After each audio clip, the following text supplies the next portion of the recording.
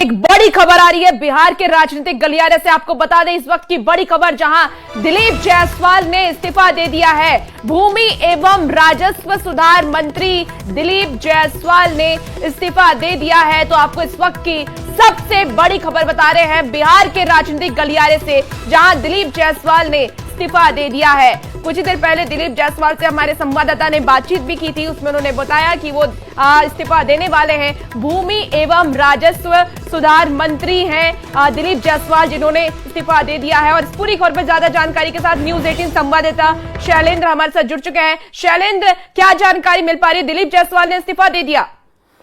Party के केंद्रीय नेतृत्व ने एक बहुत बड़ा जिम्मेवारी मुझ पर। बिल्कुल, देखिए, जैसे ही मंत्रिमंडल विस्तार की खबरें आई उसके बाद सबसे पहले भाजपा के जो प्रदेश अध्यक्ष हैं और बिहार सरकार के मंत्री पद पर दिलीप जायसवाल थे, उन्होंने मंत्री पद से इस्तीफा दे दिया है। अभी जो जानकारी आई है, और हमारे साथ इस समय दिलीप जायसवाल भी मौजूद है। दिलीप जी, मंत्री पद से आपने इस्तीफा दे दिया। भारतीय जनता पार्टी का ये सिद्धांत है, एक व्यक्ति एक पद। केंद्रीय नेतृत्व ने मुझे बहुत बड़ी जिम्मेवारी दी है भारतीय जनता पार्टी के अध्यक्ष का, और अभी मुझे ईमानदारी से अपने जिम्मेवारी को निभाने के लिए 2 पद पर काम करना मुश्किल था। इसलिए पार्टी के सिद्धांत के आलोक में एक व्यक्ति एक पद, मैंने राजस्व मंत्री के पद से इस्तीफा दिया। एक ईमानदार मंत्री के रूप में मेरी छवि थी, और शायद भविष्य में भी इस ईमानदार मंत्री के बारे में चर्चा जरूर चलेगा।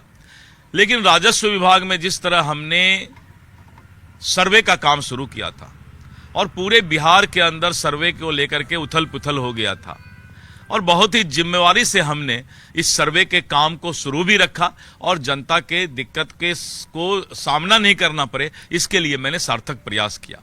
और दूसरा प्रयास, जो डिजिटल सिस्टम हमने राजस्व विभाग में किया, करीब 14 करोड़ पन्नों को हमने डिजिटल किया। और जो जमीन माफिया का एक बहुत बड़ा रैकेट चलता था, रजिस्टर 2 का पन्ना फाड़ देना और गलत कराना, तो वो सारे सिस्टम पर मैंने लगाम लगाया, इसलिए कि मैं ईमानदारी से अपना काम कर रहा था। लेकिन ईमानदार एक प्रदेश अध्यक्ष भी भाजपा को चाहिए, चूंकि चुनाव होने हैं इसी वर्ष, और आप अब प्रदेश अध्यक्ष की भूमिका में रहेंगे।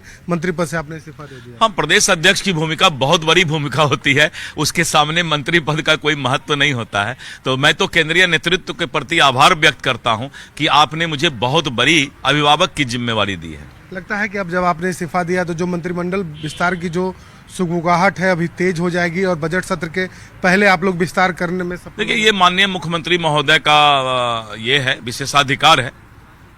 हाँ, मंत्रिमंडल विस्तार होना तो तय है, लेकिन ये उनका विशेषाधिकार है। लेकिन मंत्रिमंडल में इस बार आप लोग ये भी संभावना कर, ये भी गुंजाइश होगी कि जो जातीय समीकरण है चुनावी वर्ष को देखते हुए उसको साधेंगे। हाँ, जब भी मंत्रिमंडल का विस्तार होगा तो जो जातीय समीकरण है उस पर तो ध्यान दिया ही जाएगा।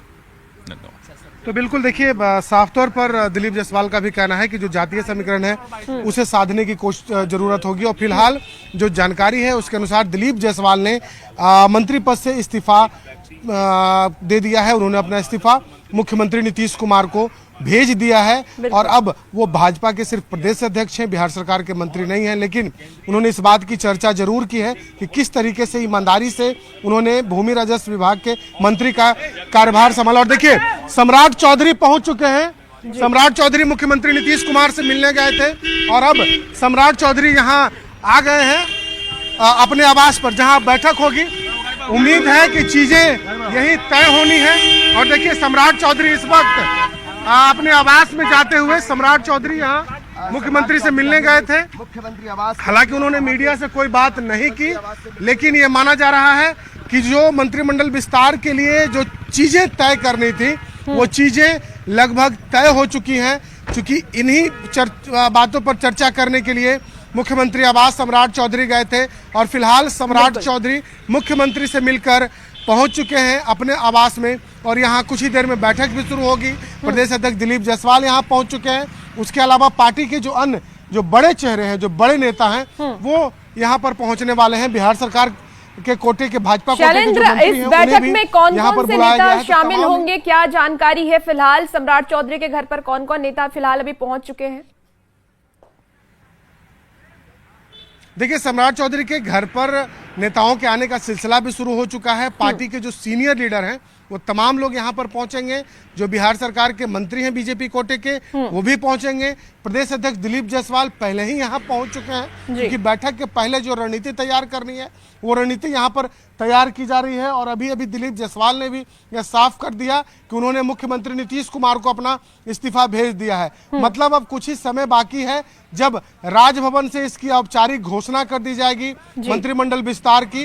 और जो तैयारियों के लिए जो मुख्यमंत्री नीतीश कुमार से जो चर्चाएं करनी थी वो चर्चा कर सम्राट चौधरी यहाँ पहुंच चुके हैं। लगभग 1 घंटे मुख्यमंत्री नीतीश कुमार के आवास में सम्राट चौधरी रुके थे और वहां लंबी बातचीत हुई। चूंकि 6 से 7 नामों पर चर्चा करनी होगी, 6 से 7 नाम नए मंत्री बनाए जा सकते हैं। इस बीच रुकना चाहूंगे आपको शैलेंद्र, मंत्रिमंडल विस्तार से पहले इस वक्त की आपको बड़ी खबर बताएं। शाम 4 बजे होगा कैबिनेट विस्तार, तो इस वक्त की आपको बड़ी खबर बता रहे हैं। शाम के 4 बजे कैबिनेट विस्तार होना है। हमारे साथ न्यूज 18 संवाददाता शैलेंद्र लगातार जुड़े हुए हैं। शैलेंद्र, 4 बजे कैबिनेट विस्तार होने की जानकारी मिल पा रही है। और शैलेंद्र, आपको रोकना चाहूंगी, इस वक्त हमारे साथ आनंद अमृतराज भी जुड़ चुके हैं। आनंद, शाम 4 बजे कैबिनेट विस्तार होने की जानकारी मिल रही है। जी बिल्कुल, आज शाम 4 बजे तय हो गया कि नीतीश मंत्रिमंडल का विस्तार होने जा रहा है और राजभवन को सूचना भिजवा दी गई है और वहां पे तैयारियां शुरू हो गई हैं। और 4 बजे जो नीतीश कुमार के मंत्रिमंडल के नए सदस्य होंगे वो शपथ लेंगे। तो जाहिर तौर पे जो लगातार सुबह से न्यूज 18 खबर दिखा रही थी उससे पुष्टि हो गई। और शाम 4 बजे आज महाशिवरात्रि का दिन है और आज नीतीश कुमार अपने मंत्रिमंडल का विस्तार कर रहे हैं। बीजेपी के तमाम जो मंत्री बनेंगे, जो विधायक है, उनकी सूची मुख्यमंत्री को दे दी गई है और वो सूची कुछ देर के बाद राजभवन में पहुंच जाएगी। और उसके बाद शाम 4 बजे नियत समय पे मंत्रिमंडल का विस्तार होगा, जिसमें मुख्यमंत्री से एनडीए के तमाम बड़े नेता हैं वो मौजूद रहेंगे और राज्यपाल नए मंत्रियों को शपथ दिलाएंगे। शाम 4 बजे का जी आनंद, क्या जो संभावित मंत्री जो हम दिखा भी रहे लगातार, संजय सरावगी है और राजू सिंह है, अवधेश पटेल हैं, जीवेश मिश्रा हैं, क्या ये लोग पहुंच चुके हैं सम्राट चौधरी के आवास पर? देखिए, अभी बैठक होने वाली है। जब मुख्यमंत्री आवास से निकलेंगे सम्राट चौधरी, उसके बाद उनकी बैठक होने वाली है और जिन्हें मंत्री बनना है वो तमाम लोगों को बुलावा भेजा गया है और वो लोग पहुंचेंगे वहां पे। और कुछ देर के बाद पूरी तरीके से तस्वीर भी साफ हो जाएगी कि 6 से 7 की संख्या में बीजेपी कोटे से मंत्री बन सकते हैं। तो तमाम नामों पे पुष्टि भी हो जाएगी। लेकिन सबसे बड़ी खबर यही है कि आज शाम 4 बजे नीतीश मंत्रिमंडल का विस्तार होने जा रहा है, जिसके लिए औपचारिक जानकारी राजभवन भेज दी गई है। और नीतीश कुमार के चुनावी साल में ये मंत्रिमंडल विस्तार इस मायने भी महत्वपूर्ण हो जाएगा क्योंकि इस चुनावी साल में जो क्षेत्रीय समीकरण साधना है या फिर जो जातीय समीकरण साधना है, उन तमाम बातों को ध्यान में रखते हुए मंत्रिमंडल विस्तार किया जा रहा है, ताकि जब चुनाव में जब जनता के बीच में जाए तो उस क्षेत्र के लोगों की शिकायत न रहे, उस जातीय समीकरण की शिकायत न रहे। तो तमाम समीकरणों को देखते हुए आज नीतीश मंत्रिमंडल का विस्तार शाम 4 बजे होने जा रहा है। बिल्कुल आनंद, जैसा कि आपने कहा कि क्षेत्रीय जो है स्ट्रैटेजी कह लीजिए उसको लेकर के इस बार मंत्रिमंडल का विस्तार किया जा रहा है। आने वाले विधानसभा चुनाव में इसके क्या असर होंगे, इसको लेकर के भी कहीं ना कहीं मंत्रियों को इस बार जिम्मेदारी दी जाएंगी। क्या लगता है, जो मंत्री आज शपथ लेंगे या आने वाले वक्त में क्या बीजेपी और एनडीए के लिए काम करेंगे और क्या आने वाले वक्त में इसका असर बिहार विधानसभा चुनाव पर पड़ेगा? देखिए, निश्चित तौर पे देखिए, जब भी कोई सरकार में मंत्रिमंडल विस्तार होता है तो मंत्रिमंडल विस्तार में उन चीजों पर खास ध्यान दिया जाता है कि कौन से समीकरण अभी छूट रहे थे सरकार चलाने में, और साथ ही चुनावी साल अगर हो तो और भी इस पर बड़ा ध्यान दिया जाता है। और जैसा कि मैंने आपको बताया कि इसमें कई सारे ऐसे जाति थे जिन्हें उचित प्रतिनिधित्व नहीं मिल पाया था, तो उस जातियों को भी मैसेज देना है चुनावी साल में। दूसरी महत्वपूर्ण बात है कि कई सारे ऐसे क्षेत्र हैं जो क्षेत्रीय समीकरण को नहीं साधा जा चुका किसी कारण से, तो बीजेपी की कोशिश रहेगी और एनडीए की कोशिश रहेगी। ये सिर्फ बीजेपी का मंत्रिमंडल विस्तार नहीं, एनडीए का मंत्रिमंडल विस्तार है। और एनडीए में जो क्षेत्र छूटे हुए थे या फिर जो जातीय समूह छूटा हुआ था, उस समूह को साध कर एनडीए की पूरी कोशिश होगी। जो जातीय समूह छूटा हुआ था उसको साधने की कोशिश इस बार की जा रही है।